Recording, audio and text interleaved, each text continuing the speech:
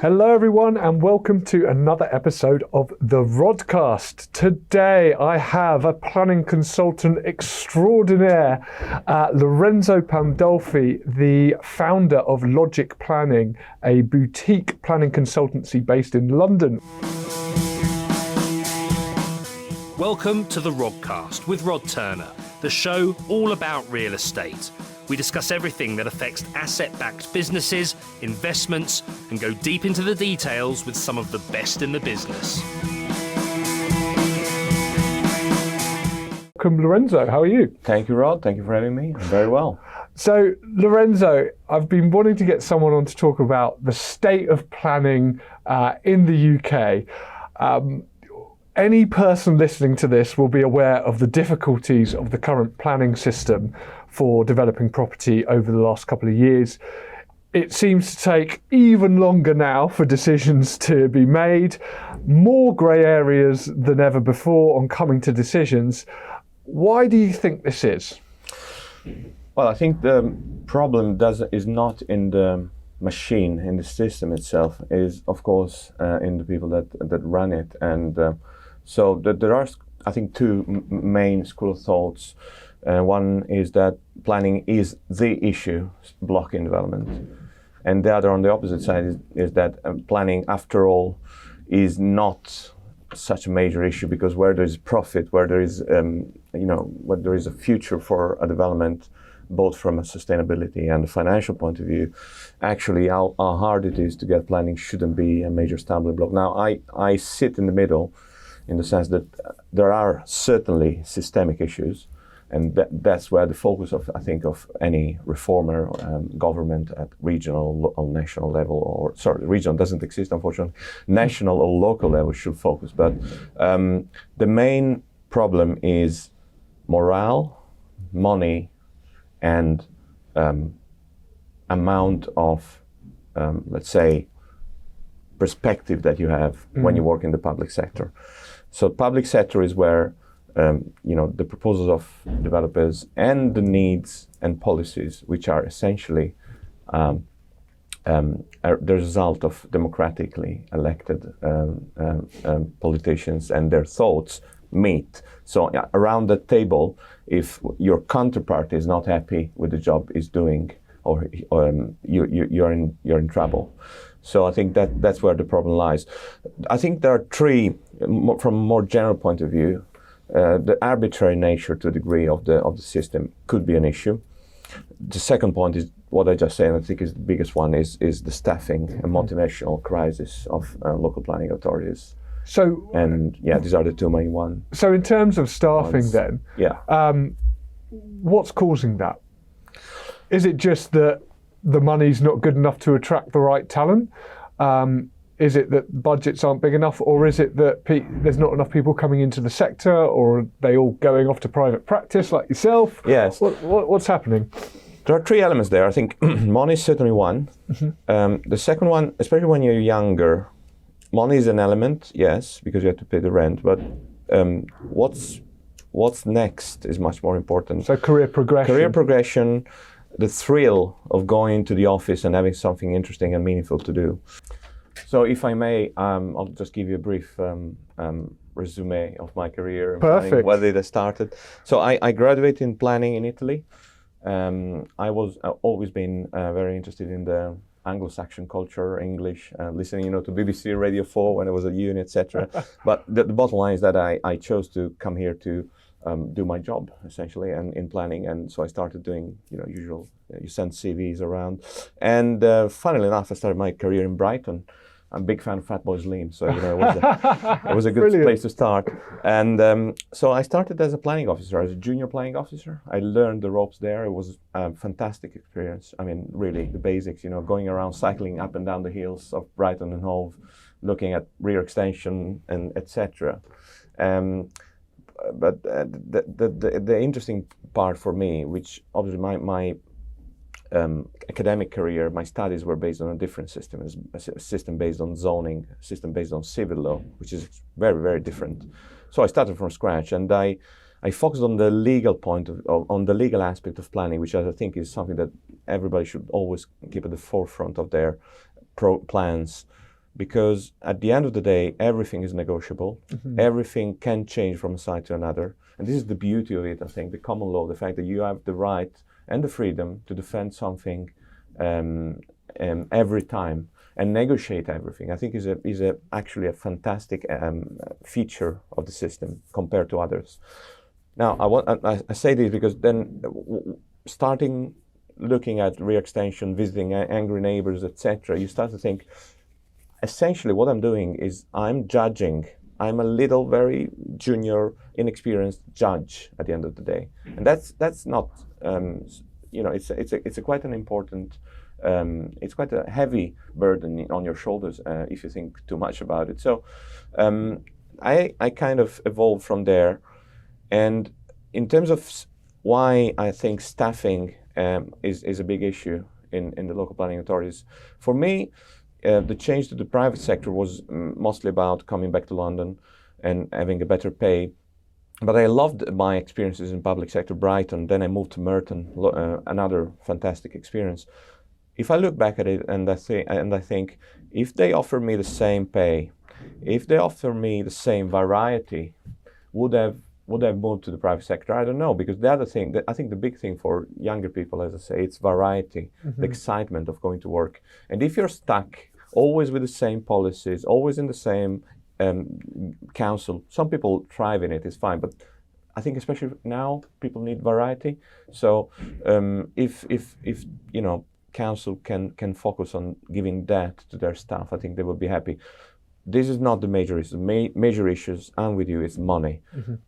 Public sector, to work properly, needs to be funded properly. It's not a political argument to have. It's an investment. It's investment, actually. I completely disagree to everybody saying, the public sector is a burden. It's Soviet era, everything. That's not the thing.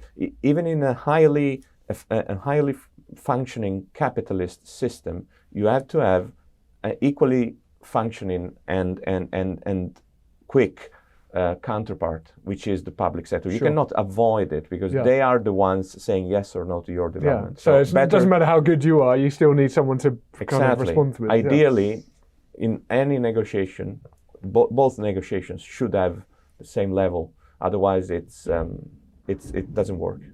So I will focus on that in terms of potential solutions. It seems that nobody wants to invest money in the public sector, which I don't think is the right thing to do. But we'll see. I mean, the changes in the air. We'll see what happens in the next few months. Yeah, absolutely. And so what would you be doing to fix it? Is it just a case of then chucking some money at the public sector and saying, hey, let's do this to attract a bit more talent, really? Or what other things could you do? I think there are a lot of very interesting initiatives already. I can name a few. Yeah, please. The most important, I think, and interesting is called public practice. They're doing a great job. Essentially, they are facilitating the entry of not only graduates, but planners of any seniority level into the public sector with a program of mentorship, with very sleek and interesting branding as well. They make it look sexy, which I think is another thing that unfortunately the planners tend not to do very well. I'm putting myself first. I mean, the kind of common thing is that it's quite a boring job and boring people, and actually it's extremely interesting and could be very challenging. So that, I think that's another thing, working on the image of the planner as a job, as a craft. So that's one. There are a lot of another thing that I think public sector should probably do better, and that's free. You can do it for free. Is tell your story more. Go on social media more.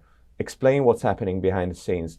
You don't have to kind of share any secret or something that cannot be shared. I mean, it's just about narrating what's happening. It's actually very interesting. There are people doing that. And that's interesting because actually you don't hear, everyone is moaning. And there are private sector moaners. Yeah, everyone is moaning from the private sector about the public sector, and we never actually hear the public sector's point of view. I think there was one interview ages ago that came out from I think I can't really remember what had happened, but they interviewed a few different people in the public sector who gave reasons for what's happening. I don't know if I think we've discussed it previously. Yes. About what's happening. Well, absolutely. There are, you mentioned, I think, what should be compulsory reading for any person working in the real estate sector. It's called 50 Shades of Planning. It's a blog and a podcast. Probably no, it's a completely different, starting point. So that there is no competition. It's an amazing source of information. And what they did, what he did, Sam Stafford, a few years ago now, he essentially did an open call to people working in the public sector, and he said, "Could you please share with me anonymously your first-hand experience of what it is? How do you cope with this pressure that you have? What are the problems that you face every day? Staffing, financial, all of that." And I think I don't know how many hundreds of responses came in, and he did a blog post on that. That's, I think, it's the best first-hand raw testimony of what's happening behind the scenes in certain councils. So give us the highlights. Well, highlights. Yeah. Well, again, it's about the numbers of application on the desk of a planning officer. So the workload, the fact that, well, especially after COVID, they work from home. It's very difficult to maintain social relationship when you're working from home, and when you need the support of senior people to make a judgment. Again, going back, everybody's making a judgment. Even the junior planning officers is making a judgment. So you need people around you to make it properly. And then again, money all the time. I have to say also it's quite distressing to read sometimes. The amount of harassment sometimes then they face. It doesn't help. The atmosphere is quite tense, and you cannot work properly when you're faced with this pressure. I experienced it myself when I was a planning officer. People ringing up and shouting at you because you approved an application, and when you didn't approve or you didn't approve. Exactly. There's always going to be one party that's unhappy. Yeah. Okay. Well. And going back again to, sorry if I may rambling, but going back to the point about making judgments. To make proper judgments, you also need time. And when you have 100 files on your desk, it's difficult to assess them properly. I always remember this. When I was a junior planning officer at Brighton, I was quite quick actually in dealing with minor applications. You just have to check PD rights, whether they comply or not. But in one occasion, there was a householder application for a rear extension, pretty basic. But I checked it, and I discovered that on the face of it, it didn't comply with the planning guidance. Fine, but I thought I think in this case I should look a bit further. I did, and I found a comparable few doors away in the same terrace.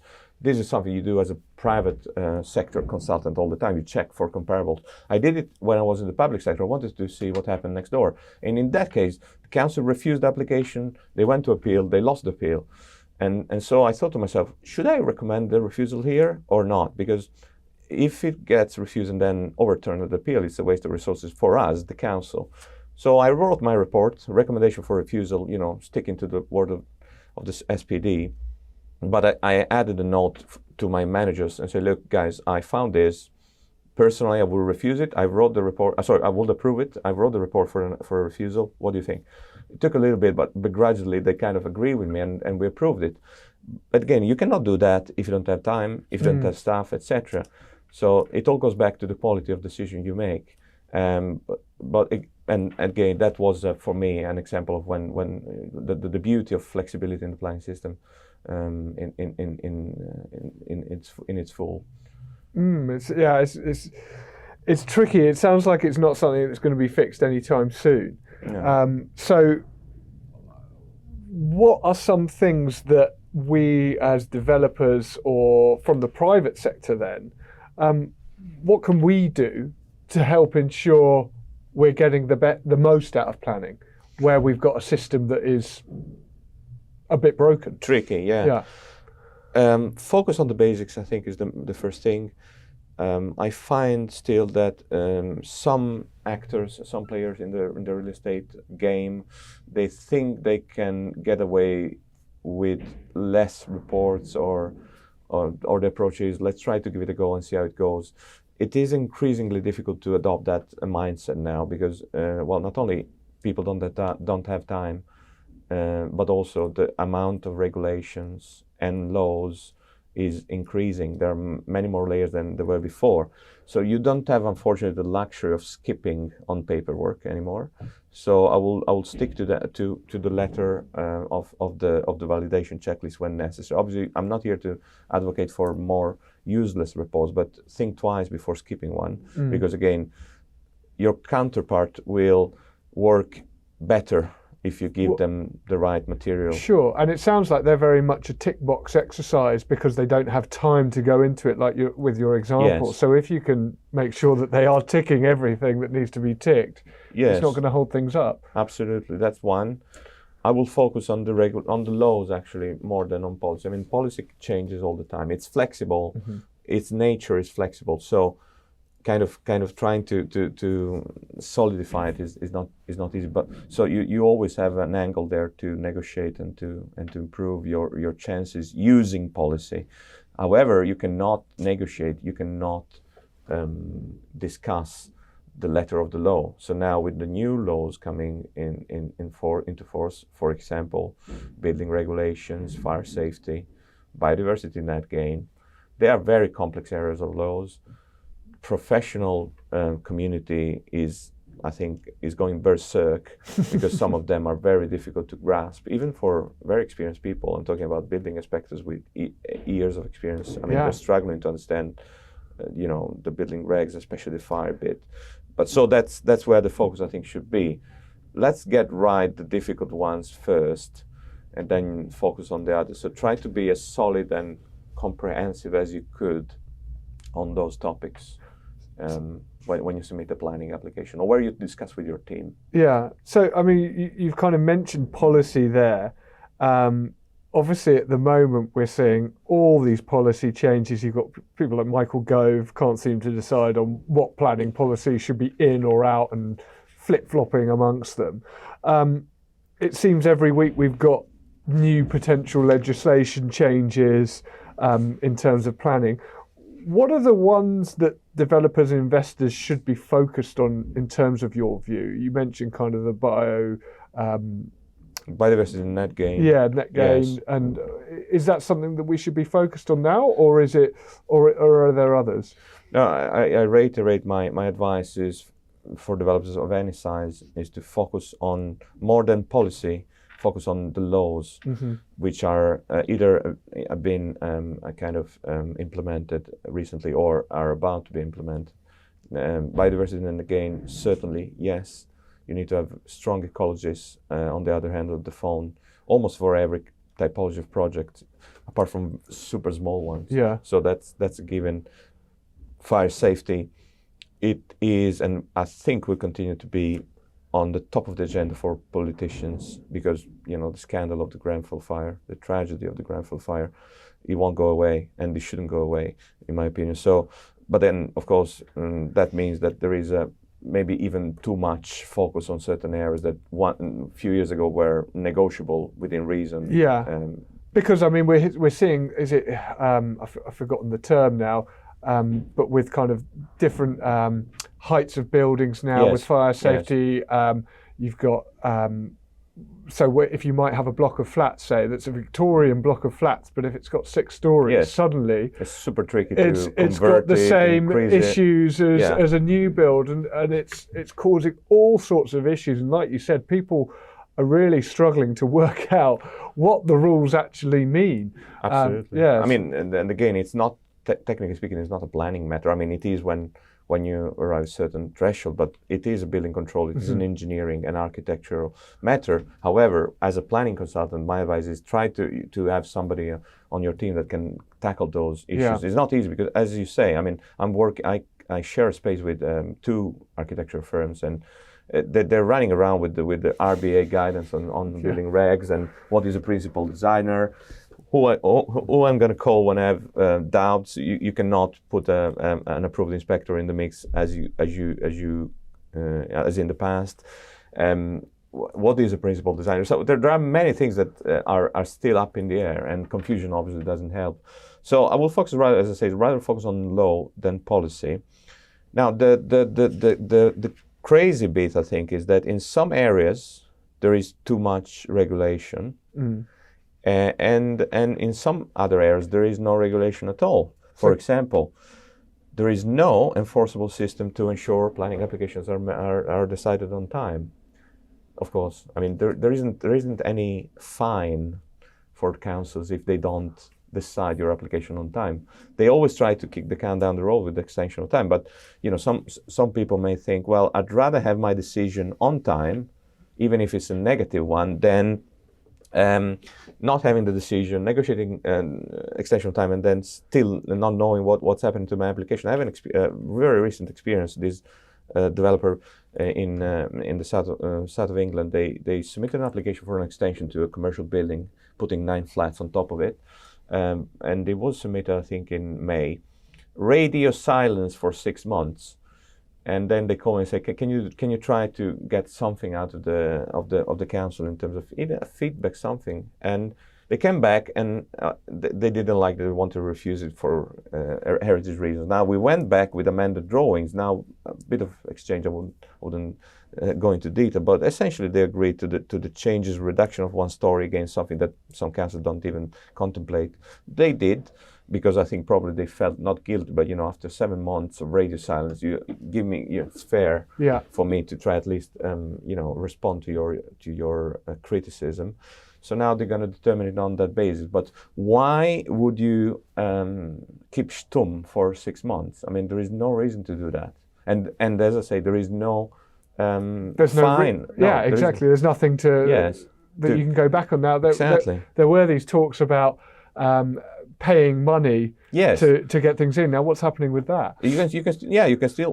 You can increase the fees, etc., etc. But if you don't reply to very basic emails, what's the incentive there? It's just common sense. It's, I think, politeness. The other area where I think the regulations are not strong and pretty random actually is the problem of housing targets. And I mean, there have been many iterations of Boris Johnson called it the mutant algorithm. It's not that complex. It's less complex than that, but it's still quite tricky to grasp. Anyway, again, the bottom line there is that there are a lot of carrots for councils, but the stick is either broken or made of, foam. Because meeting housing targets, it's a duty from my point of view, not only on your electorate, but also on society as a whole. I mean, providing housing is super important. Now, again, there is a school of thought saying housing targets, they don't really have a dent on housing delivery, because at the end of the day, again, developers, if they have a good margin, they're going to build with or without target. But that's not the point. The point is having something in place that doesn't allow council to escape from the fact that they're not building enough. Something that gives something back to the society in terms of providing housing for the more vulnerable, etc. Again, if you don't have a stick, people will just do what they want. In fact, there've been endless articles on planning media, but media in general, about council giving up on plan making, council kicking down the can down the road. And is this where examples of Michael Gove sending them letters saying, if you don't do this, I will, or stepping in? That's crazy, because then I don't know. I mean, I haven't made up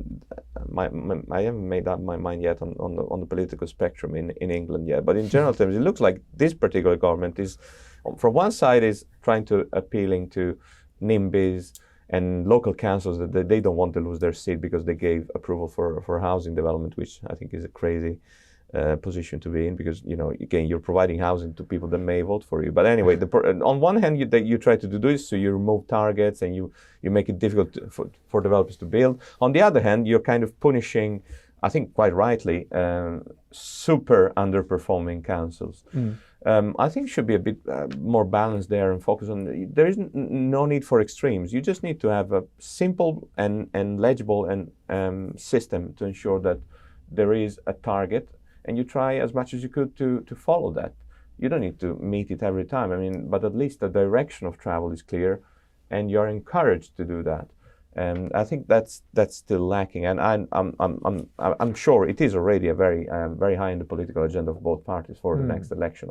I'm curious to see what will happen. Well, I guess half the problem is the political outlook is only 4 years, isn't it, before there's the next general election? So people are very unwilling to do anything which has got a longer term outlook than that may hurt them in the earlier part of those years, because politically it may look. They might think, well, actually, our voters might bear the brunt of this short term for the longer term greater gain. Yes. And it's a difficult thing for politicians who run on four-year cycles to agree with. I mean, that's the cynical point of view, I guess. Yeah. And the last, I think there are many others, but another point, for example, big topic is green belt. That in many cases is not green and is not a belt. I think several of your guests in the past talked about this again. A lot of talk, but there is no clear policy and or law distinguishing between what is actually valued green belt and what is not.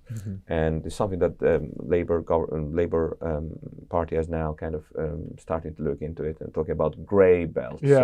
Which is, I think, interesting. Well, that's a positive, I guess, because as long as we've got sort of defined rules in which to play. Exactly. Yeah. Okay, interesting. And you mentioned the ones that are overregulated. What would be some examples of that? Well, nutrient neutrality, I think, is a red herring the size of a whale, because the bottom line is very simple, but it's not something that I will use my Italian bluntness card here. The problem with nutrient neutrality is 80% or more, I think, a problem created by agriculture. Real estate sector has nothing to do with the amount of chemicals that end up in protected areas. So, and the other, well, that's the source, which in itself, okay, it's a problem. But then the second and probably the biggest problem is the filter. The filters are the water companies, which have appalling levels of maintenance in their kits and in their water treatment system. So that's something that has. There is a study from Lickfields and the Housing Building Federation. They were talking about, I think, 100,000 homes stuck in the system because of the nutrient neutrality. Crazy. So that's, but hopefully, I mean, it sounds like that's being reversed at the moment. They're working on it, a lot of people and a lot of council. But again, it was for a moment quite a difficult position to be in. I had an application in Canterbury where we were stuck by this, and fortunately we find a solution, probably one of the first in Kent. But again, a situation where is not everybody's fault. It's just the fact that suddenly, from one day to the other, you have a big stumbling block on your path to the planning permission, and you cannot do much really about it. One thing at the moment that developers are focusing on is PD rights, because they're thinking, well, rather than me get lost in this whole planning system, let's go for something where there are more clear rules, let's say, in terms of what needs to be met in order to get something through permitted development. Yes. Do you think that's the right way to look at it? Wrong way? I mean, what are your thoughts in terms of PD? I mean, the PD rights are a very important and useful tool in the toolkit of a developer. There is a sting in some of them. For example, the recently in 2020, the PD rights about the additional stories, extremely interesting on paper, but then the council could still criticize you from a design point of view, on a townscape point of view, which is completely essentially open. planning. It's essentially planning it again. Yeah. But no, I'm pretty positive about PD rights and the fact that they have improved. For example, the point about space standards and become mandatory. That I think removed one of probably the biggest bad element that for the bad press on the earliest. Like these rabbit hutches. So I think it's still a good tool. Changing, they say they're going to extend it further. Is another one of those topics that one day you until hear one it's thing, done. until it's done. Okay. But no, I'm a big fan.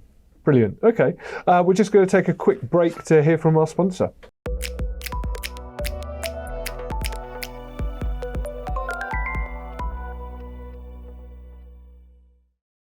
So Lorenzo, what would you say the main risks are to developers when it comes to planning, and what can they do to mitigate that? I will not go into technical elements here. I mean, obviously you need to understand policy, be able to use policy at your advantage, respecting the other party, etc. And you have to know the law. I will probably focus more on general topics, probably like for example having the right team. Again, it's very easy for developers of any size to try to cut there as much as you could, especially in a situation where, as of now, there are financial pressures from all angles, as you know perfectly well. So you try. It's the right thing to do, try to cut costs, etc. But in terms of, again, given that you're facing not a broken but a tricky planning system, given that you're facing your counterparties, it could be difficult to deal with. At least you have to do the utmost to have all the things covered on your side. It's not a matter necessarily of costs. I mean, you can find very good consultants or architects, etc., at reasonable prices. But having all the things covered, again, because when you put that planning application on the table, you want to be in a position to say, I did my best, I covered everything. I disagree with the council on this, so I know that may be a risk, but I did my homework. Yeah, that's certainly the first. And the second one is about respecting your counterpart. Again, it's very easy to be carried away by nervousness, by anger as well when you deal with local councils. It's human, but keeping your head cool, frozen, I will say, is the best thing. Always respectful. Always try to, as you say, help them essentially. The idea, again, a little story, when I was at Merton, I was about to move to the public sector. I told it to one colleague and he said, you're switching to the dark side. And I thought, no, I don't think so. I never had that thing as we and them, Yeah. It's the wall. It's better if you try to remove that wall as much as you could. There is a wall, of course. You have different objectives and different your objectives do not necessarily align, but trying to continue to talk to each other and respect each other is super important, backed by strong technical policy and legal arguments. And I think the third one, which is linked to the second, I started my career when probably that mindset was still floating around, the mindset of I try with 2 or 3 reports less than necessary. I'll try to sweep this issue under the carpet and hope that they don't notice it. I don't think that doesn't work anymore and shouldn't work anyway. But again, we are all grown-ups, and sometimes you have to do a bit more, be a bit more cynical. But it won't work. It doesn't work because, again, you have so many layers. And the other big problem is not only planners themselves, the planning officers themselves. They are not the end point. They consult with third parties. So many eyes are on your documents, and they will make a judgment. They can also disregard the advice of their own consultees. But if you forgot or willfully forget to analyze properly a certain topic, I think probably sooner or later they're going to find you. And so better to cover everything and focus on that. Yeah. Fantastic. So in relation to one of those points then, how important do you think soft skills are when it comes to planning applications? And what tips would you give developers trying to navigate the world of planning in that regard? I think in general soft skills are the most important topic in any discussion between people, and more so in the business environment. It's about making the other part comfortable to talk to you. I think first and foremost, patience. I know it's trite. It's a virtue that but patience. It's hard when you're waiting months and months and months for a response. Of course. Well, we worked on several projects together. We know. No. I mean, I know where you come from, and I agree. I think not patience in the sense of waiting endlessly. Yeah, of course. More about waiting, more giving the opportunity to other to tell you what they think, and if they don't reply immediately, of course you have to be there and try to push them, but try never to become nervous, etc.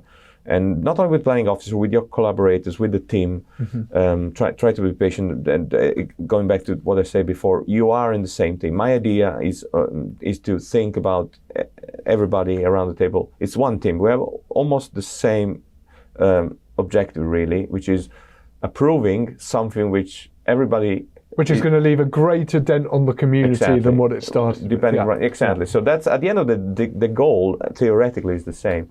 So try to be patient and assertive as well at the same time. When it's time to fight, you have to fight, but try to balance the two. Now, the second one, soft skill, I think, is try to make life easier for stakeholders. Our culture, contemporary culture, the top goal scorers are celebrated. You're always educated to score more goals, to be the Ronaldo, the Messi of the game. Actually giving assists in the long term pays a lot of dividends.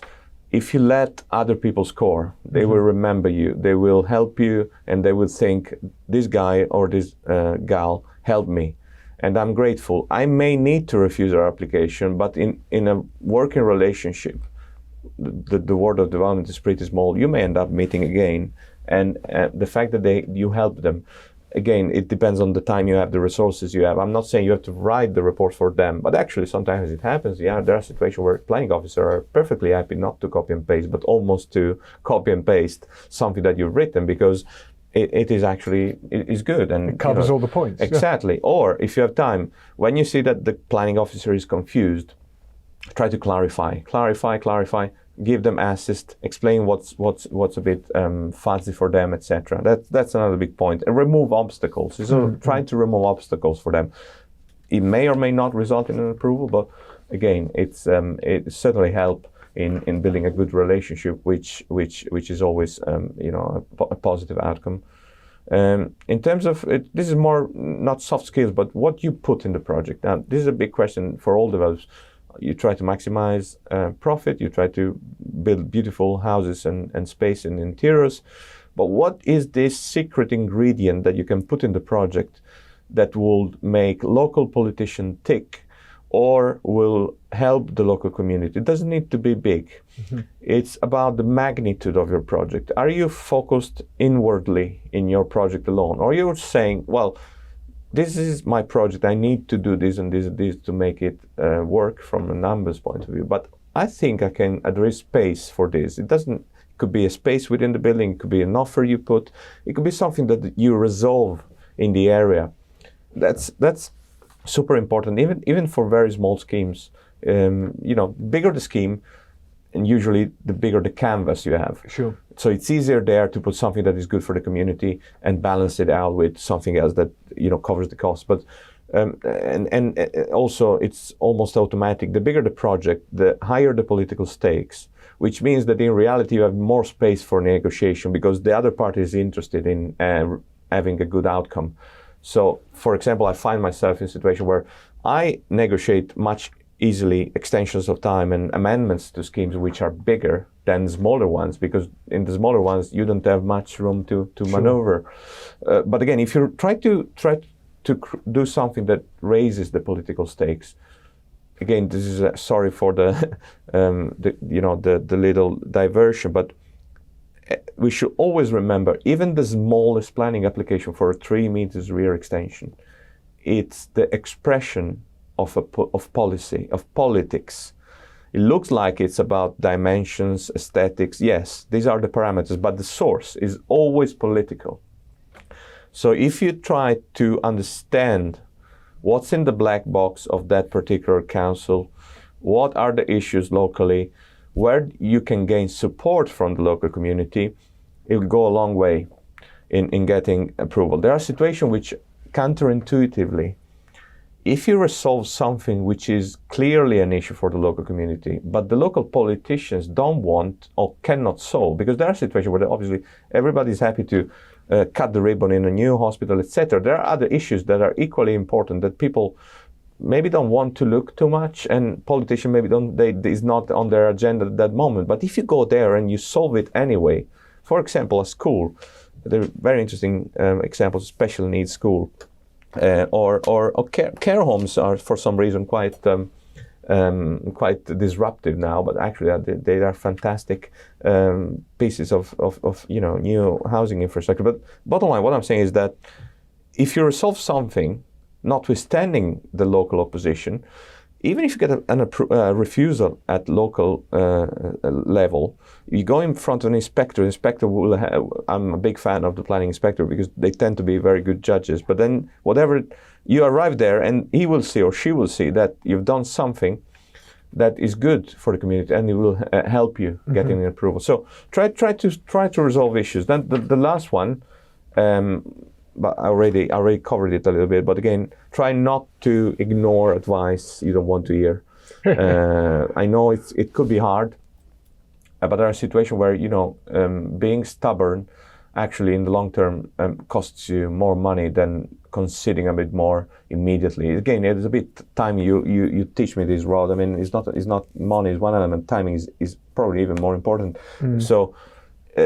Without losing your profit, without going in the red, but if there is an area where you can negotiate with the council and score some points for them, it's better to do it sooner rather than later, because you may win an appeal, yes, sure, but can you cope with the time lag exactly. to get there? Yeah, fantastic. So Lorenzo, are there any resources for developers that you would recommend if people listening want to kind of dig deeper into the whole planning system? Yes. Well, I will tune in the We Got Planning News for you. It's a YouTube channel.